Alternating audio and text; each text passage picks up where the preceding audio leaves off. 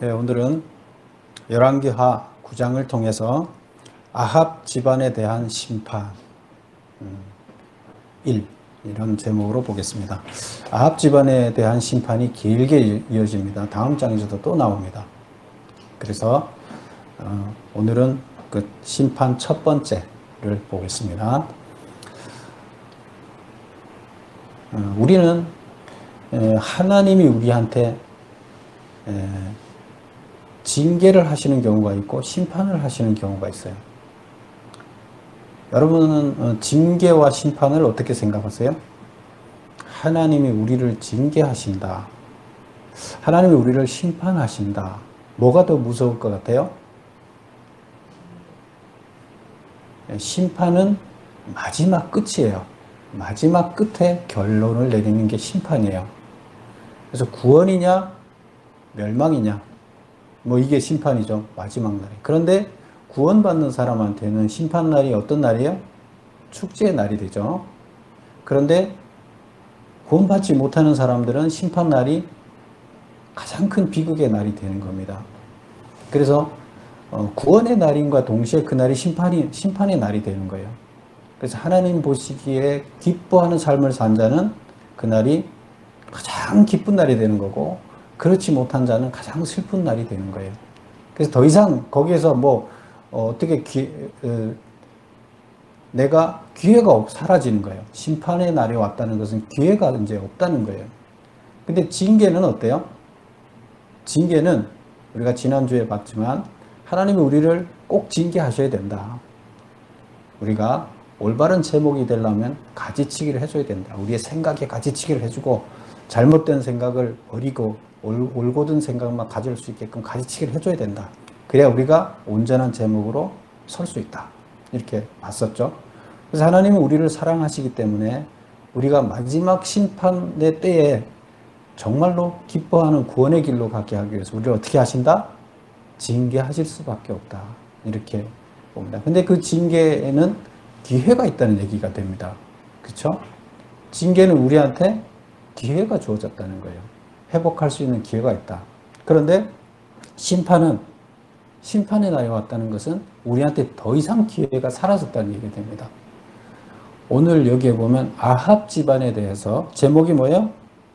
아합 집안에 대해서 심판을 하는 거예요. 아합이 지금까지 우리 보면 굉장히 오랫동안 잘못한 거 많았잖아요. 근데 하나님이 계속 이런 모습 저런 모습으로 기적도 보여주고 혼도 내키고 얼르기도 하면서 어떻게 했어요? 계속 변화되기를 바랐어요. 하나님이 원하시는 삶으로 변화되기를 바랐어요. 그리고 심지어는 마음이 완전히 회개하지 않아도 하나님의 기적을 보고 마음이 돌아서려고 하는 것 보고 아합 때는 어떻게 하기로 했어요? 기회를 더 줘서 아합이 죽을 때까지는 그 집안을 멸망시키지 않겠다. 기회를 더 주겠다. 그 얘기는 뭐예요? 다시 그 죽을 때까지 회복할 기회를 주겠다는 얘기예요. 기회를 준 거죠. 그런데 오늘 여기 나오는 얘기는 더 이상 아합 집안에 대해서 기회는 없다 이거예요. 그래서 아합 집안에 대한 심판의 날이 여기 오늘 기록되어 있습니다. 자, 그러면 우리 첫 번째 단락의 이야기를 보면 이제 기름 붓는 이야기가 나옵니다. 기름을 한 사람에게 기름을 붓습니다. 근데 왜 기름을 부을까요? 어떤 한 사람에게 기름을 붓는데 왜 기름을 부을까요? 아합 집안을 심판하기 위해서 한 사람을 기름을 부어 세웁니다. 그 이야기를 보겠습니다. 1절 한번 볼까요? 선지자 엘리사가 선지자의 제자 중 하나를 불러 이르되 너는 허리를 동이고 이 기름병을 손에 가지고 길랏 라못으로 가라. 엘리사 선지자가 자기 제자 중에 한 젊은이를, 한 청년을 불러서 이제 신학생이겠죠. 불러서 이제 얘기를 하는 거예요. 허리를 동이고 기름병을 손에 가지고 기름 부으러 가라는 거예요. 그런데 기름 부으러 가니까 기름을 들고 가는데 허리를 동이라는 얘기는 뭐예요? 신속하게 가려 그러면 막 몸이 출렁출렁, 옷이 출렁출렁하면 안 되죠. 그러니까 신속하게 급하게 가야 되니까 허리를 동이라, 이제 이런 의미가 되겠어요. 여기는 급히 신속하게 가기 위해서 허리를 동이라. 그리고 기름병을 들고 가라. 그런데 어디로 가라 그래요? 길랏 라못으로 가라. 이제 이렇게 얘기를 합니다. 길랏 라못으로 기름 부으러 가라는 거예요. 그러면 이제 그 다음 보겠습니다. 길앗 라못에 누군가가 있겠죠. 2절, 거기에 이르거든 님시의 손자 여호사밧의 아들 예후를 찾아 들어가서 그의 형제 중에서 일어나게 하고 그를 데리고 골방으로 들어가 기름병을 가지고 그의 머리에 부으며 이르기를 여호와의 말씀이 내가 내게 기름을 부어 이스라엘 왕으로 삼노라 하셨느니라 하고 곧 문을 열고 도망하되 지체하지 말지니라. 기름 붓고 나서 지체하지 말고 도망쳐 나오라는 거예요. 근데 기름 부을 때 뭘 하라, 무슨 말을 하라고 그랬어요? 예. 기름을 부어 이스라엘 왕으로 세운다. 그렇게 하고는 기름 붓고 왕으로 세운다 그러고 도망쳐서 빨리 나오라는 거예요. 근데 세우는 사람은 누구예요? 예후라는 사람이에요. 그래서 여기 보면 님시의 손자 여호사밧의 아들 예후 이렇게 하는데, 하나님이 예후라는 사람을 세우게끔 이렇게 해준 거죠. 그래서 예후를 세우는데 그 예후는 누구나 하면 지금 현재 북이스라엘의 왕이 누구죠? 북이스라엘 왕이 누굴까요? 예, 여호람을 요람이라고 이렇게 얘기를 한다 그랬죠. 여호람 왕이에요. 여호람 왕인데 그 여호람 왕의 장관 중에 한 사람이 예후예요. 군대 장관 중에 한 사람이 이제 예후인데 그 사람한테 이제 기름을 부으라 이렇게 얘기를 합니다. 그래서 문제 1번을 한번 보겠습니다. 엘리사가 제자를 시켜 누구에게 기름을 부으라고 했는가? 여호와께서 기름 부음 받은 자에게 전하라고 한 말은 무엇인가? 그는 왜 길랏 라못에 있었는가? 북이스라엘의 장관인 예후. 그래서 누구한테 기름을 붓느냐? 그 왕의 장관한테 기름을 부어라. 그러면 장관한테 왕이 되게끔 기름 부으라는 얘기는 여호람 왕을 결국 뭘 하라는 거예요? 죽이라는 거죠. 그리고 여호람 왕을 죽이고 너가 왕이 되라는 그 반역을 하라는 거가 되는 겁니다. 그 다음에 무슨 말을 했어요? 내가 너에게 기름을 부어 이스라엘의 왕으로 삼노니, 하나님이 전한 말씀을 그대로 전한 거예요. 하나님이 내가 너에게 기름을 부어 이스라엘 왕으로 삼는다. 그리고 너는 내 주 아합의 집을 쳐라. 내 주인 아합 왕의 주인을 쳐라. 지금 그 밑에서 군대 장관 하고 있잖아요. 신복으로 일하고 있잖아요. 근데 그 왕을 치라는 거예요. 세 번째 보면 세 번째 문제가 뭐냐면 왜 그러면 길앗 라못에 있었는가? 지금 이 그 군대 장관은 북이스라엘의 수도는 어디예요? 북이스라엘 수도는 어디예요? 사마리아죠. 그럼 사마리아에 있어야 되잖아요. 장관들은. 왕도 거기에 있어야 되고. 그런데 지금 현재 길랏 라못에 가라는 거예요. 장관이 거기 있으니까, 그 예후가 거기 있으니까 거길 가라는 거예요. 그럼 왜 거기를 가야 돼요? 아람 왕 하사엘이 북이스라엘 땅인 길랏 라못을 침략했고 그는 그곳에서 성을 지키고 있었기 때문이다. 누가 침략해 왔다고요? 북쪽에 있는 아람 왕 하사엘을, 우리 지난주에 하사엘을 기름 부은 걸 봤죠? 하사엘을 왜 기름을 붓어요? 북이스라엘을 치기 위해서, 이스라엘을 징계하기 위해서 아람 왕 하사엘에 기름을 붓죠. 그리고 너 저기가 쳐라. 그러니까 지금 북이스라엘은 하사엘도 지금 하나님이 기름 부어서 치라 그러고, 지금 또 이스라엘 내부의 그 지금 부하한테도, 왕의 장수한테도 기름을 부어서 지금 왕을 치라고 지금 이렇게 양쪽으로 하나님께서 이제 멸망 작전을 쓰는 거죠. 심판의 날을 선포를 한 거죠. 그래서 지금 하사엘 왕이 쳐들어와서 라못에서 싸우고 있어요. 그러니까 거기에 다 가 있는데 그러다 보니까 거기 가서 있는 장군한테 불러내서 그에게 기름을 부어라. 이제 이렇게 얘기를 하는 겁니다. 그 다음에 두 번째를 보겠습니다. 엘리사의 제자는 멸망하는 아합 집안의 모습이 어떠한지에 대하여 하나님의 말씀을 그대로 전달하고 있다. 엘리사가 지금 제자를 보내서 지금 얘기를 했다 그랬죠. 자기 그 제자, 신학생을 보내서 멸망하는 아합 집안의 모습이 어떠한지를 그대로 하나님이 한 말을 전달해 주라. 그래서 그대로 전달하고 있어요. 그래서 그가 묘사한 아합 집안의 멸망 모습은 지금 어떤가? 그게 이제 4절부터 10절 사이에 이제 나오는 이야기인데 좀 기니까 제가 요약해 놨습니다. 아합에 속한 모든 남자는 멸절하되 그 모습은 여로보암의 집이나 바사의 집과 같게 될 것인즉 개들이 이세벨을 먹으리라. 자, 첫 번째, 아합에 속한 모든 남자는 멸절하라. 그 집안을 싹 대가 끊어지게 만들어라. 이거예요. 여자들은 뭐 살려놔도 씨가 없으면 그 다음에 자식이 생기지 않잖아요. 그 모습은 여로보암의 집이나 바사의 집과 같게 될 것이다. 우리가 여로보암은 북이스라엘을 처음에 하나님께서 10개 지파를 솔로몬 왕 밑에서 왕이 그 솔로몬의 아들 르호보암과 그 다음에 솔로몬 밑에서 그 일을 하던 노동부 장관 같은 사람, 그 사람하고 둘한테 나라를 나눠줬다 그랬죠. 그래서 르호보암한테는 2개 지파만 나눠주고 실제적으로 10개 지파는 여로보암한테 나눠줬다 그랬잖아요. 근데 여로보암이 뭘 잘못했어요?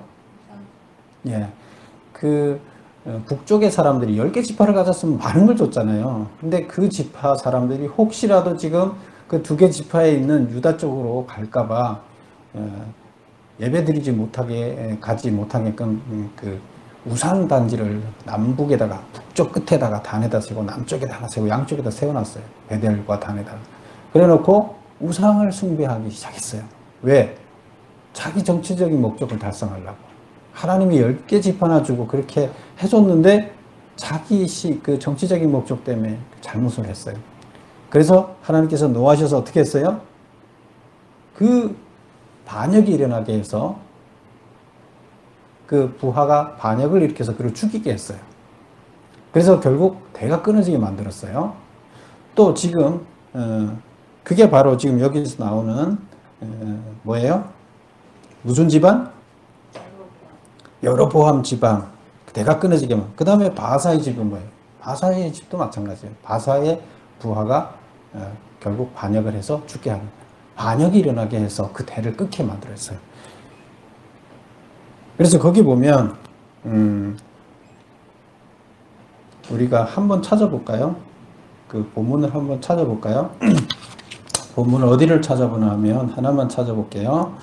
열왕기상 14장 11절 한번 볼게요. 열왕기상 14장 11절.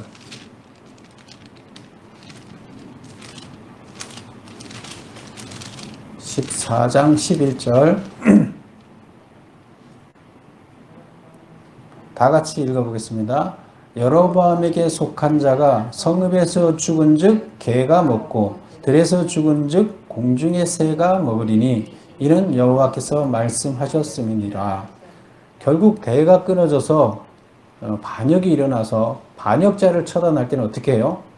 모든 사람이 처단하고 처단한 반역자는 함부로 장례식도 못 치르게 해요. 아주 나쁜 놈이라 그래서 그냥 갖다 버려요. 장례식도 안 치르고. 그럼 어떻게 돼요? 장례 치를 사람도 없고 대가 끊어졌으니까 장례 치러주지도 않으면 결국 그 시체를 성에서는 성에 갖다 버린 자들은 어떻게 해요? 개가 먹고 들판에 죽어 있는 사람들은 새가 먹으리라. 이제 이 얘기를 해요. 근데 똑같이 바사 집안도 똑같은 표현을 씁니다. 근데 지금 오늘은 어떻게 표현을 썼어요? 오늘은 보면 개들이 이세벨을 먹으리라. 아합 집안의 그 아합의 부인이죠. 근데 그 이세벨 때문에 지금 이 문제가 많이 심각해졌잖아요. 그래서 그 이세벨이 개가 이세벨을 먹으리라. 이렇게 같은 표현이죠. 그 집안의 사람들 아무도 거두지 않아서 결국 버려지게 될 것이다. 처참한 모습으로 버려지게 될 것이다. 이렇게 표현하고 있습니다. 그 다음에 3번을 보겠습니다. 기름 부음이 은밀히 이루어진 이유는, 기름 부음이 은밀히 이루어졌다고 그러는데, 거기 보면 기름을 부을 때 2절에 보면 그를 데리고 골방으로 들어가서 기름병을 가지고 머리에 기름을 부어라 이렇게 했어요. 그래서 할 말이 있습니다 하고 그 장관을 모시고 골방으로 들어가는 거예요. 거기 가서 기름을 부으라 그랬어요. 근데 왜 그러면 그렇게 은밀하게 기름을 부으라 그랬을까? 1번 보면 기름 부음은 하나님이 당신에게 그 사명을 각인시켜주는 과정, 은밀한 중에 말씀을 받는 과정이기 때문이다. 그래서 하나님께서 하나님의 일꾼들을 부르실 때는, 하나님의 사역을 하는 사람을 부르실 때는 그 마음, 하나님이 그 마음 속에 각인을 시켜줍니다. 어떤 식으로든 소명을 불어넣어줘요. 하나님의 일을 하라. 저한테도 하나님께서 내 일을 하라. 이렇게 말씀을 하셨어요. 그래서 그게 확 온몸으로 와 닿습니다. 뭐 방식은 다 틀리지만, 근데 결국 기름을 붓는다는 건 하나님이 구별한다는 건데, 그때는 뭘 하냐면 하나님이 무슨 일을 뭘 어떻게 해야 할지를 하나님께서 딱 그 사람한테 1대1로 깨닫게 해주는 게 목적이잖아요. 그게 하나님의 기름 부음이에요. 근데 그걸 선지자를 통해서 한다는 거죠. 여기서는. 그래서 그 과정이 지금 여기서 기름 부음이에요. 근데 그거는 뭐 그런 많은 사람한테서 잘 보이는 자리에서 이게 왕이다 세우는 그런 표시가 아니잖아요. 하나님의 심정을, 왜 그 일을 해야 되는지, 하나님이 무슨 일을 하게 하는지를 딱 심중에 심어지는 거예요. 하나님과 1대1로 그게 이루어지는 거예요. 그래서 하나님께서는 은밀한 자에서 하나님과 대면하는 그런 과정. 그래서 마음속에 그 하나님의 뜻을 새기는, 자기도 모르게 그렇게 되면 기름 부음을 받으면 하나님이 새겨 주시는 거죠. 근데 그런 자리는 은밀한 자리가 되기 때문에 골방에 들어가서 해라. 이렇게 얘기를 하는 겁니다. 그 다음에 이제 북이스라엘 왕의 신복들이 이 사실을 알았을 때 취한 행동은 무엇이냐. 지금 북이스라엘에 지금 처음에 갔을 때 뭐예요?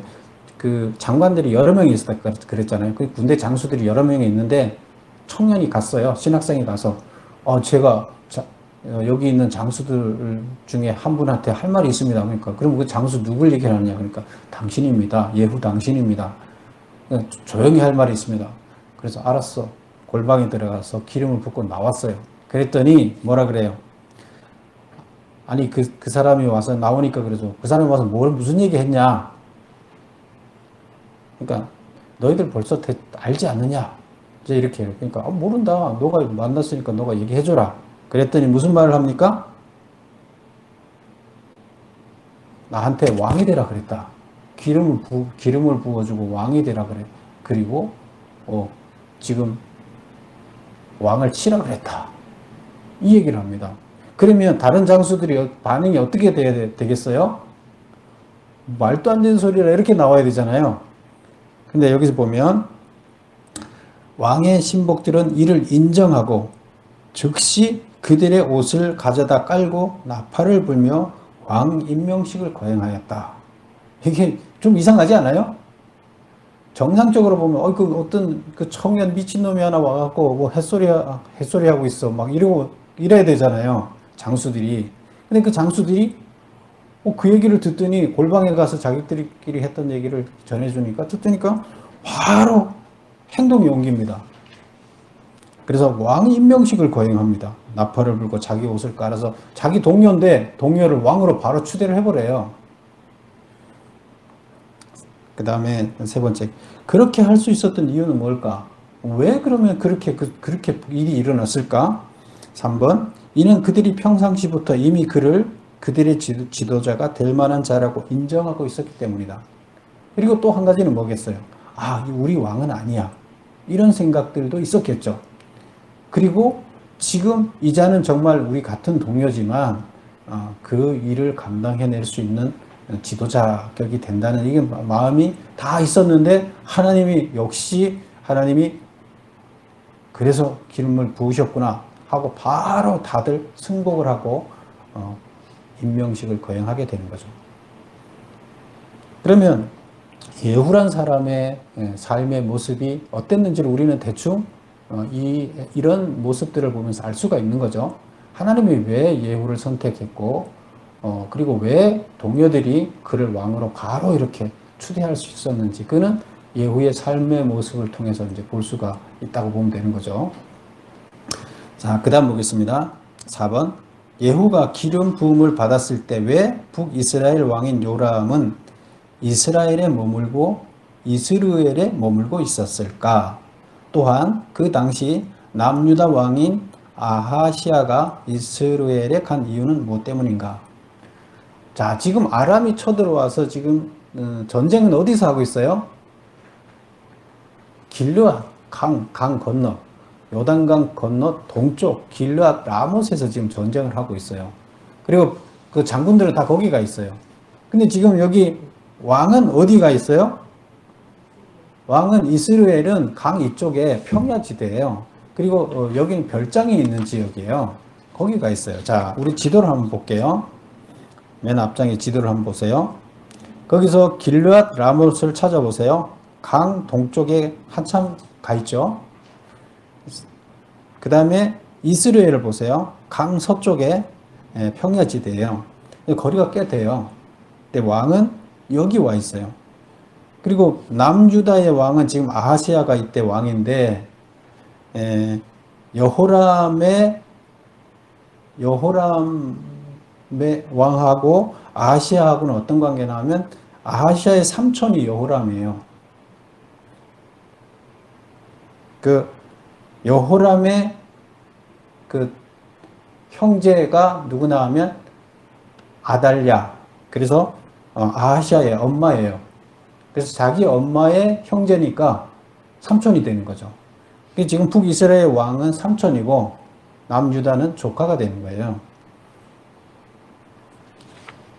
그런 상태인데 그러면 왜 지금 두 왕이 지금 전쟁은 저쪽에서 하고 있고 강 건너에서 하고 있고 강 이쪽에 와서 두 왕이 여기가 뭐였느냐?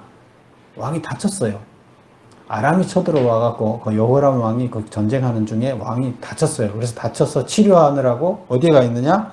별장이 있는 이스라엘 골짜기에 가서 지금 가서 쉬고 있어요. 그러니까 조카가 남유다의 왕은 조카는 또 뭐 하고 있어요? 문안을 간 거죠. 그래서 거기에 두 왕이 지금 거기 모여 있습니다.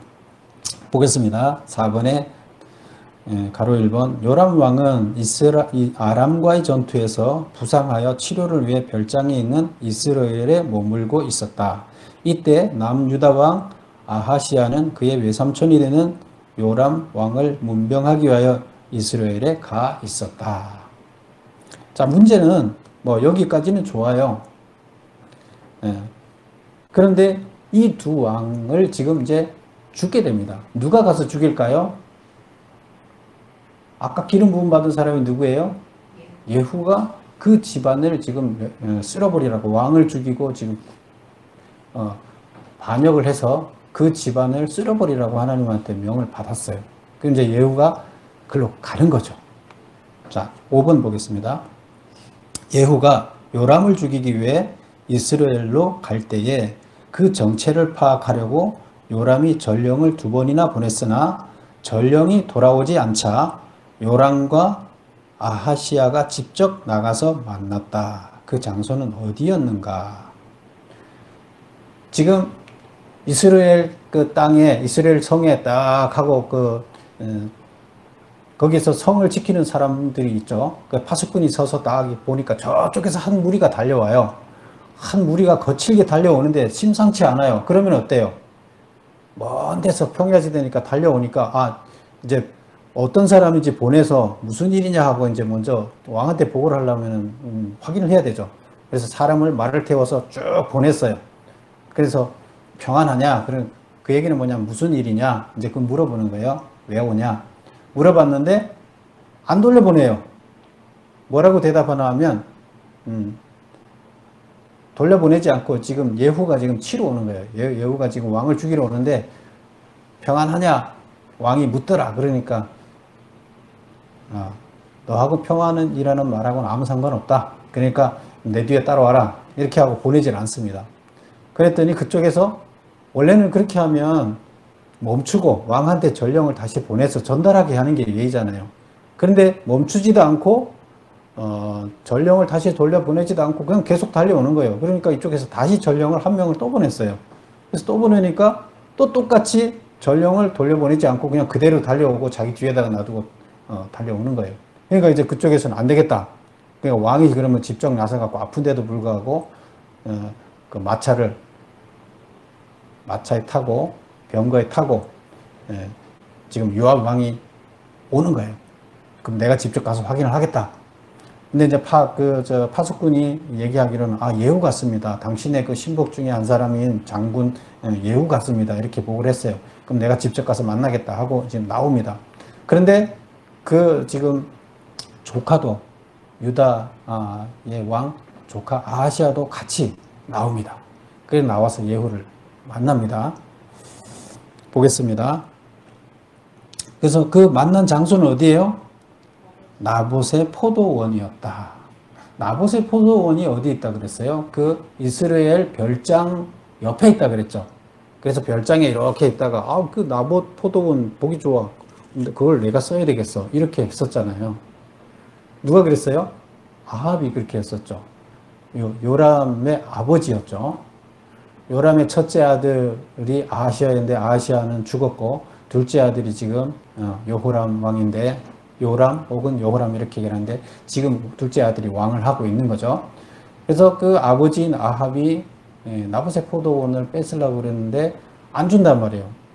이거 하나님이 준 그거기 때문에 우리가 함부로 줄 수 없습니다. 이렇게 얘기를 하니까 그것 때문에 앓고 있으니까 이세벨이 그랬죠. 당신이 왕이요. 그러면서 자기가 뺏어서 갖다 줬죠.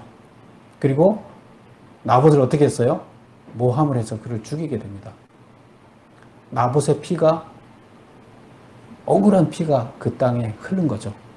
한이 맺혀 있는 그 피죠. 지금 그 땅에서 지금 포도원 나봇의 포도원에서 그들이 만납니다. 그 다음에 두 번째 문제가 뭐예요?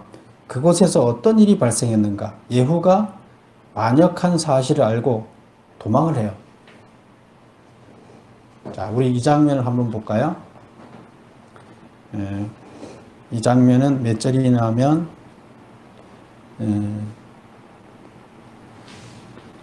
22절을 볼게요. 요람이 예후를 보고 이르되 예후야 평안하냐 하니 이제 만났어요. 예후가 와서 요람이 와서 예후를 대답하되 내 어머니 이세벨의 음행과 술수가 이렇게 많으니 어찌 평안이 있으랴. 뭐 자기 친복 부하가 자기 장수가 지금 완전히 반역하는 말을 하는 거죠. 그래서 내 어머니 이세벨의 음행과 술수가 이렇게 많으니 어찌 평안할 수 있겠느냐.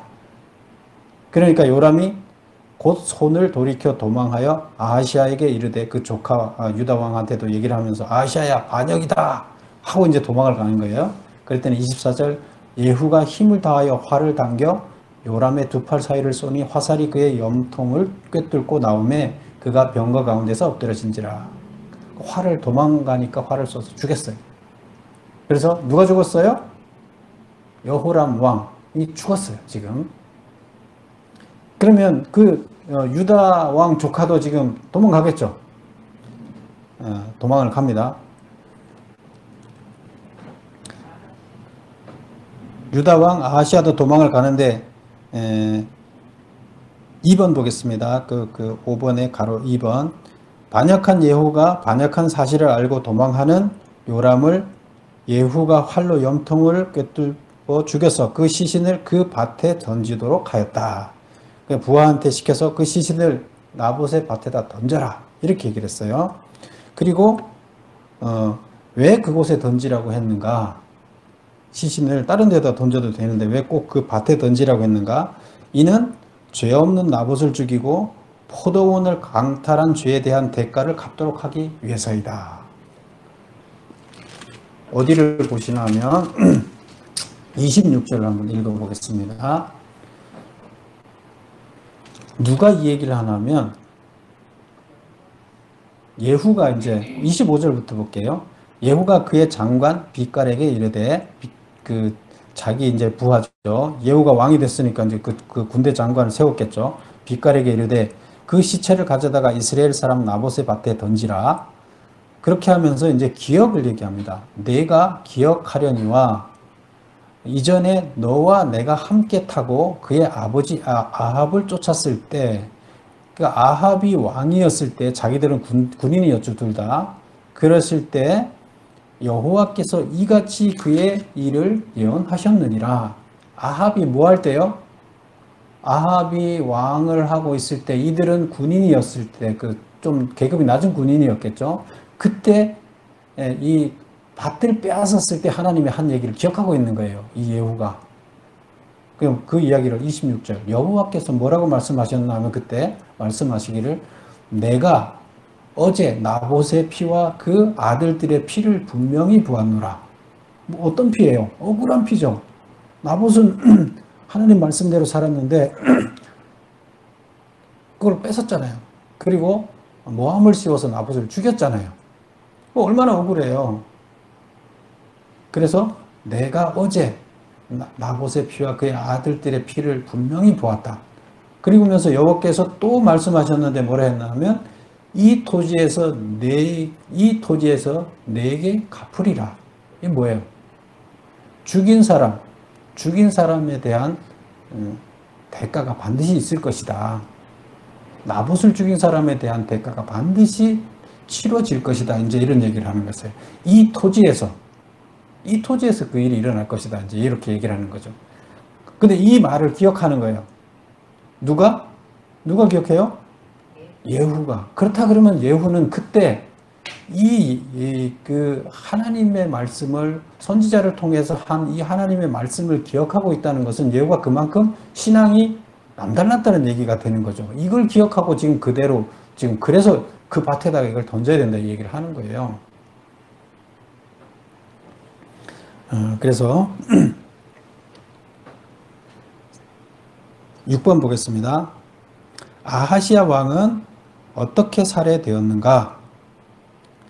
도망하는 아하시야를 예후가 무기토까지 추격하여 죽였다. 그래서 27절, 28절, 29절까지 나오는 이야기인데 이 젊었으니까 빨리 도망갔겠죠. 근데 도망가는데 추격해서 결국 죽였습니다. 그러면 지금 두 왕을 다 죽였어요. 근데 남유다 왕은 왜 죽였을까요? 지금 그 아합 집안의 그 남자들을 다 죽여야 되니까 그거는 뭐 이해가 가요. 아합의 아들 여호람은 죽여야 돼요. 그리고 그 집안에 보면 어떤 사람을 다 죽이라고 그러나 하면 매인자나 노인자나 다 죽이라. 이게 무슨 말이라 그랬어요? 매인자, 노인자는 뭐예요? 아합 집안의 매인자는 뭐예요? 종, 매인자, 자유자, 노인자. 그 아합 집안에 있는 남자는 종이든 종이 아니든 다 죽이라 이런 얘기죠. 그런데 아합의 조카는 지금 그 이세벨의 딸 아딜라의 아들은 조카잖아요. 그러니까 결국 그 후손이 되는 거예요. 그래서 아하시아도 결국 그 자리에 오게 하고 그 자리에 죽게 되는 거예요. 씨가 마르는 거죠. 외손도 씨를 말리는 그런 입장이 되는 거죠. 그래서 아합 집안에 지금 심판이 임하는데 남자들을 다 죽이는데 외손까지도 남유다의 왕을 불러서 외손자까지도 죽이는 이런 결과가 나타났다 이렇게 볼 수가 있고요. 그 다음에 이제 마지막에 나오는 것이 25절부터 끝에까지 나오는 장면이 무슨 장면이냐? 이세벨, 그 북이스라엘의 죄악의 핵심 뿌리가 되는 이세벨의 죽음에 대해서 나옵니다. 7번 읽어보겠습니다. 이세벨은 어떻게 살해되었는가? 그녀를 장사 지내려 할 때 그 모습은 어떠했는가?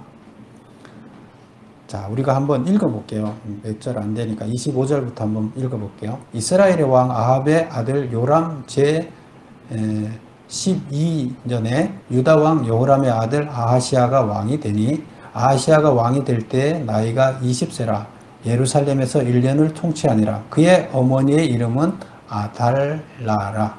이스라엘의 왕 오므리의 손녀이더라. 지금 내가 어디를 읽고 있는 거죠? 8장을 내가 보고 있네요. 그래서 뭐 말이 용어가 안 나와서 찾다 보니까 8장인데 30절부터 37절 사이에 나와 있는 얘기입니다. 예후가 이스라엘에 오니, 예후가 지금 그 이스라엘 성에 오기 전에 지금 누굴 죽였어요? 왕을 죽였죠. 두 왕을 죽였어요. 오기 전에. 그래서 죽이고 성에 도착하니까 성에 누가 있어요?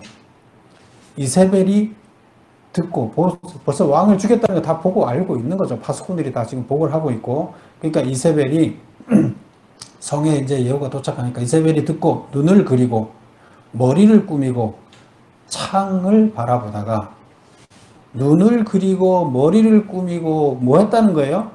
화장을 했다는 거예요. 요란하게 화장을 했다는 거예요. 남편은 지금 죽었어요. 그리고 지금 자기들을 씨를 말리려고 오는데 화장을 다 꾸미고 창에서 쫙 예후가 오는 걸 바라보고 있어요. 그러면서 예후가 문에 들어오매 이르되 주인을 죽인 너 시므리여 평안하냐? 이제 이렇게 얘기해요. 그 이름이 예후인데 왜 시므리라 그래요? 시므리가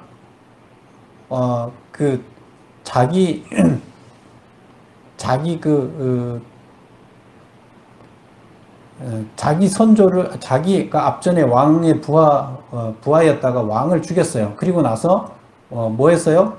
자기도 그 부하한테 당하고 며칠 만에 죽었어요. 일주일 만에 죽었어요.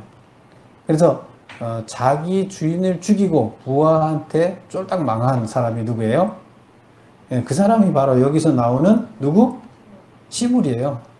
그래서 너는 시므리처럼 죽을 거다. 바로 죽을 거다. 이제 이 얘기를 하는 거예요. 너 예후, 너는 주인을 죽였지? 시므리처럼 너 바로 죽을 거야. 그러니까 너 시므리야. 너 죽을 거니까. 이제 이 얘기예요. 보통 여자가 아니죠. 32절. 예후가 얼굴을 들어 창을 향하고 이르되 내 편이 될 자가 누구냐 하니 두어 내시가 예후를 바라보는지라. 그러니까 들어가지도 않고 밖에서 창 밖으로 내다보고 이제 그렇게 소리를 치니까 예후가 뭐라 그러나 하면 창 쪽을 바라보고 내 편이 이 안에서 내 편 할 사람 누구야? 그렇게 하니까 넷이 두 사람이 내다봤어요. 넷이는 누구예요? 왕들이나 지금 그 왕의 가족들을 돌보는 사람들이죠. 근데 그 중에 두 사람이 내다보고 있다는 얘기는 무슨 얘기예요?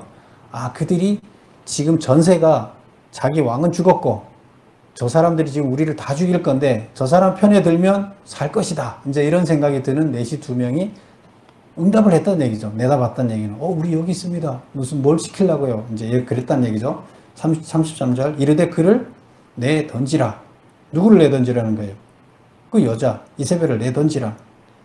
그랬더니 내던짐에 그의 피가 담과 말에 튀더라. 예후가 그의 시체를 밟으니라. 그래서 그 내시가 두 명이 이세벨 그 왕비를 던져버렸어요. 그랬더니 그 피가 담벼락에도 묻고 피가 또 어디에 튀었어요? 말에도 튀었다. 그랬더니 예후가 자기는 손 하나 안 댔죠. 그 여자를 죽이는 와서 시체를 딱 밟는 거예요. 그건 뭐예요? 내가 정복했다는 거죠. 이제 승리했다는 거죠. 그래서 시체를 딱 밟고 예후가 들어가서 먹고 이르되 가서 이 저주받은 여자를 찾아 장사하라.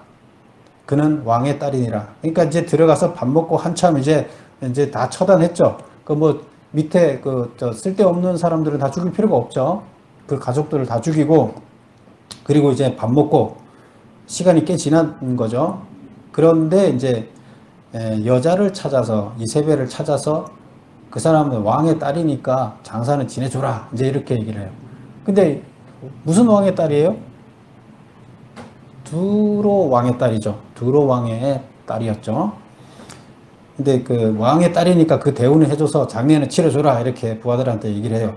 근데 35절 가서 장사하려 한적 두 골과 발과 그의 손 외에는, 그러니까 머리와 손발 외에는 찾지 못했다. 왜 그랬을까요? 예, 돌아가서 전하니 그래서 찾지 못했습니다 하고 이제 예후한테 부하가 와서 장례 지내려고 했다니까 머리하고 손발만 있고 다 없습니다 이렇게 하니까 예후가 이르되 이는 여호와께서 그 종 디셉 사람 엘리야를 통하여 말씀하신 바라. 이르시기를 이스라엘 토지에서 개들이 이세벨의 살을 먹으리라. 이미 누구를 통해서? 엘리야를 통해서 예언했다는 거예요. 이 이스라엘 땅에서 이세벨의 살을 개들이 먹을 거다 얘기했는데 그렇게 됐다. 이제 이렇게 얘기를 합니다. 근데 이것만 봐도 벌써 또 선지자가 한 얘기를 다 기억을 하고 있어요. 그 보면 예후는 보통 사람들하고 틀렸다 이렇게 볼 수가. 그래서 하나님한테 쓰임 받을 수 있는 사람이지 않았을까 하는 이렇게 생각이 듭니다. 37절 그 시체가 이스라엘 토지에서 거름같이 밭에 있으리니 이것이 이세벨이라고 가리켜 말하지 못하게 되리라. 그래서 그걸 보고 아무도 알아보지를 못하는 거죠. 그리고 이세벨이라고 누가 말할 수 있겠느냐 이거예요. 그래서 걔가 다 뜯어먹고 아무것도 없어졌다. 얼마나 비참한 모습이에요. 그래서 사람은 살아도 존중받아야 되고 죽어도 존중받아야 권리가 있는데 전혀 존중받지 못하는 거예요. 7번 1번 보겠습니다. 예후가 이스라엘 성에 이르러 내시로 하여금 이세벨을 창 밖으로 던지도록 하며 그의 피가 담과 말에 튀었더라. 그래서 죽었다. 그 다음에 그녀를 장사 지내려 할 때 그 모습은 어땠느냐? 개들이 그 시신을 먹음에 두골과 발과 손 외에는 찾지 못하였으며 누구든지 그 형체를 알아볼 수가 없었더라. 지금 오늘 아합 집안의 심판 첫 번째 편이에요. 다음에 이제 두 번째 편인데 첫 번째 편 이야기를 보면 심판이 얼마나 무서운가를 볼 수가 있어요. 그동안에 많은 기회를 줬지만 그 기회를 줘서 만약에 그들이 돌아서서 하나님의 뜻대로 다시 그들이 돌아섰다 그러면 과거의 모든 건 다 용서받잖아요. 없었던 걸로 되잖아요. 그런데 돌아서지 않았을 때는 그동안에 쌓아온 죄에 대한 대가를 다 받는다는 거예요. 그렇죠? 지금 아합의 포도원 사건서부터 시작해서 지금 다 그 대가를 받고 있습니다. 근데 얼마나 무섭습니까? 이것이 바로 하나님의 심정입니다. 하나님의 심정이 어떻게 해요?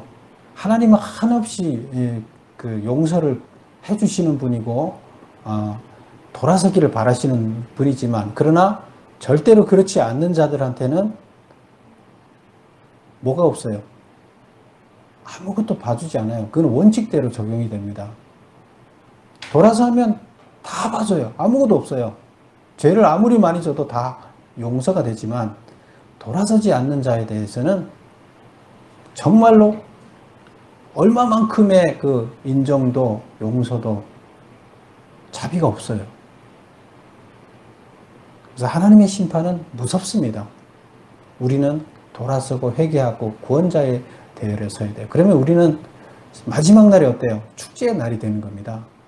우리가 어떻게 살아야 될지, 심판받는 자의 모습이 어떠한지, 얼마나 자비가 전혀 없는지 우리는 이해해야 되고, 그게 하나님의 법이에요.